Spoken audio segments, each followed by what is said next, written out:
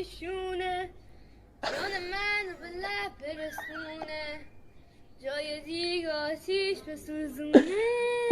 انگار هرچند تو یزید بوسیده. از دماغ پسرمو 2 تا پسرمو با ساندن. خواهرزاده منم همینطوری اسلایم به موهاش چسبیده. کچندیش کن به عنوان لامپ ازش استفاده کن.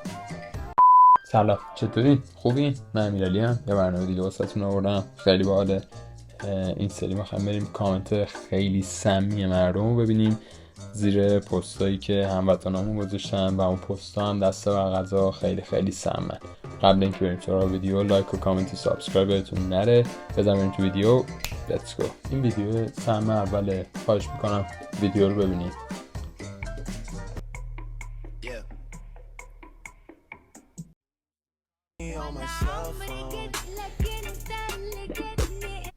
پسرموش.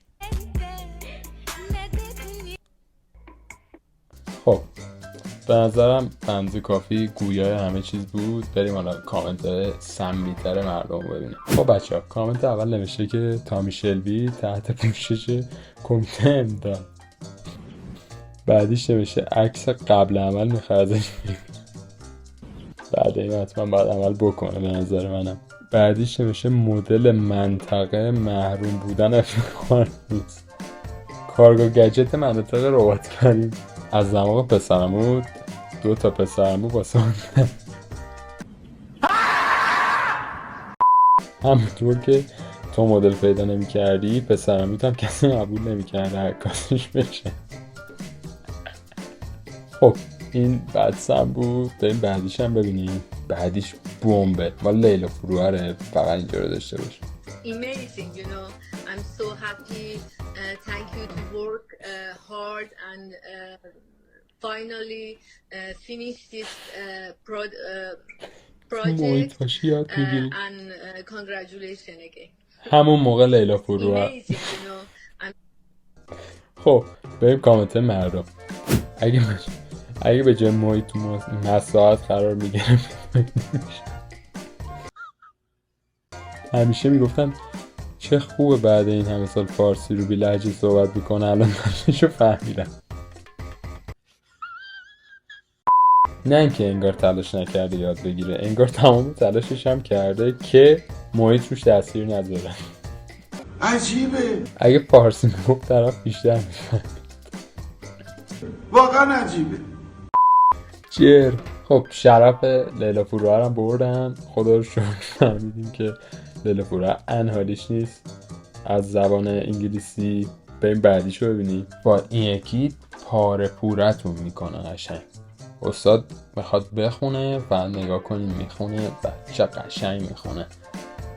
ندونسته دل همو به غریب سپردم، اون غریب رو ساده شمردم، گل چشم سیاهشو خوردم، رفت از این شهر که دلم رو به خون بکشونه، جان من به لب برسونه، جای دیگه آتیش بسوزونه.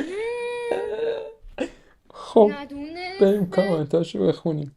خیلی خفن میخونیم، مخصوصا که نمیخونیم. انگار هرچند تو یزید بوسیده. لااقل یه نفس بگیر تشنج نکنی. استعداد پنهانی داری تو خوانندگی، لطفا پنهان نگرش. واقعا قلبم گرفت. حالا میگوشیم ساعت 7 صبح. من جای تو نفس کم آوردم وقتی معلم به زور میگه قرآن رو با صوت بخون. چیه؟ اگه مسخره بازیه بگو با وجدان راحت مسخره کنی. بی ناموس دلغک. تو گذاشتم آلارم گوشیم 1 ساعت زودتر بیدارشم قطعش کنم. این کثافت هم دیدین. خود دخترها رو نمیگم و صداش، ولی انصافا طرز حالی صداش هم شاید قشنگ باشه ولی طرز خوندنش دیگه واقعا بد بود دیگه. بریم بعدیش هم ببینیم. این یکی که بد بمبه. فقط اینو نگاه کن، پاره پوره قشنگ. بچه ها خواهرزاده منم همینطوری اسلایم به موهاش چسبیده. خواهش میکنم کمک کنین که باید چی کار کنه. خب اسلایم چسبیده موهای خواهرزادش. کامنت ها رو حالا ببین. بیشتر خواهرزاده تو به اسلام چسبید. یه قالب یخ بریز توی کاسه، بعد بهش آب لیمو و شکر اضافه کن، بعدش هم بزن بخور، واقعا خوشمزه میشه. هیچی، کامل موهاش رو اسلامی بزن یک دست بشه. به خواهرت بگو یکی دیگه بیاره، یکی خراب شد. شونیش بلند کشن. God, please, no! شونیش بلنده، کشنش کن، به عنوان لامپ ازش استفاده کن. No! چون مدلش پایینه و کم کاره ببر نمایندگی ایشون تمیز کرده. No! دیگه خواهرزادت نیست، اسلایم زادته.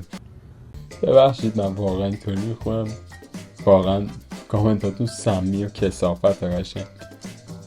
قیمت اسلام رو بگو، قیمت اسلام رو به خواهرزادت اضافه کن، بذار تو دیوار. به کامنت های منفی توجه نکن تا براش دنبال سر بگردی.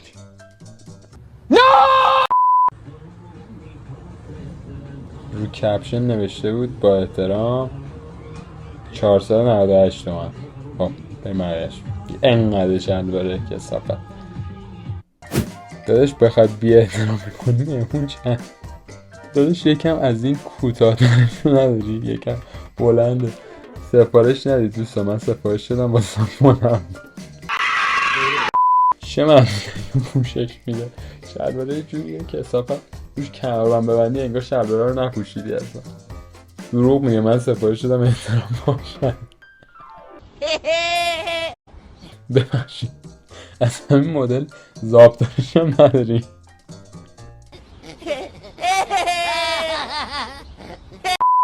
قضاوت نکنید واسه اونایی که از شکم به پایین شدن. این بده.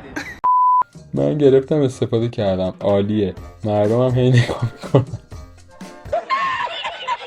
خب بچه ها خیلی سمی بود این پست ها، واسهتون چند تا دیگه هم پیدا کردم پست بعد واسهتون میذارم، اونا رو هم ببینید. تا اونا رو میذارم اینا رو سعی کنید دوباره ببینید که حذف بشه. لایک و کامنت و سابسکرایب یادتون نره. مرسی که تا اینجا دیدین، ممنون. تو ویدیو بعدی میبینمتون، فعلا بای.